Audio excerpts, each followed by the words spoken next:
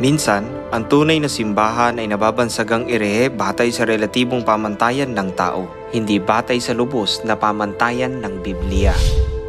Ang pangunahing halimbawa nito ay ang pananampalataya ng sinaunang simbahan na binansagang erehiya. Natagpuan namin na ang taong ito'y mapanligalig at mapagudyok ng kaguluhan sa lahat ng mga Hudyo sa buong daigdig at isang pinuno sa sekta ng mga Nazareno.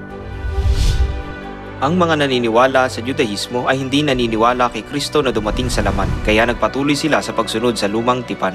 Higit pa rito, inatulan nila bilang erehiya ang pananampalataya ng sinaunang simbahan na sumusunod sa bagong tipan. Gayunman, ang sinaunang simbahan ay lubos na naniniwala sa pangako na ang Diyos ay darating sa laman at magtatatag ng bagong tipan. Ang sinaunang simbahan ay lubos na naniniwala na si Jesus ay ang Diyos na dumating sa laman at ipinangaral ang bagong tipan na tinatag ni Jesus.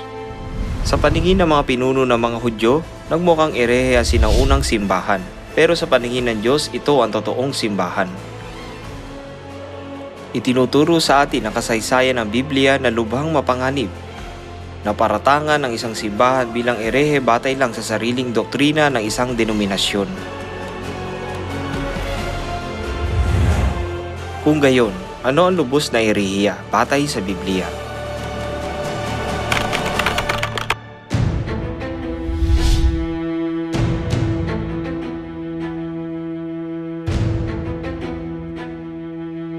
Maaari nating makilala ang mga lubos na erehiya na tinutukoy ng Biblia. Sa pamamagitan ng pagsuri kung ang mga ito ay kabilang sa bagong tipan na tinatag ni Jesus o kung ang mga ito ay kabilang sa mga doktrina na gawa ng tao.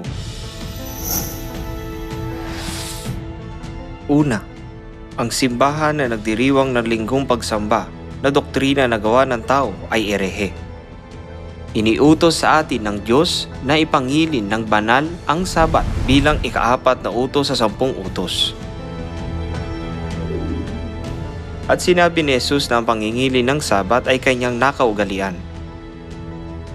At nagbasa siya mula sa mga kasulatan sa sinagoga sa araw ng Sabat. Ang dahilan kung bakit si Jesus ay nangilin ng Sabat ay para magbigay ng halimbawa na dapat din nating gawin. Kaya ang simbahan na nangingilin ng linggong pagsamba na wala sa Biblia ay erehe. Ikalawa, ang simbahan na hindi nagdiriwang ng Paskwa ay erehe. Ang Paskwa na iniutos sa atin ng Diyos na ipagdiwang ay ang katotohanan na nagliligtas sa atin mula sa lahat ng sakuna. Ipinag-utos si Jesus sa kanyang mga alagad na magdiwang ng Paskwa. Ang simbahan na hindi nagdiriwang ng Paskwa na nakarecord sa Biblia ay erehe. Ikatlo, ang simbahan na nagdiriwang ng kapanganakan ni Jesus tuwing ika-25 ng Disyembre na wala sa Biblia ay erehe. Ang Pasko ay nagmula sa paganong kaugalian ng pagsamba sa Diyos-Diyosang araw. Walang record sa Biblia na dapat na magdiwang ng Pasko sa ika-25 ng Disyembre. Kaya ang simbahan na nagdiriwang ng Pasko tuwing ika-25 ng Disyembre na wala sa Biblia ay erehe. Ika-4, ang simbahan na gumagamit ng krus ay erehe.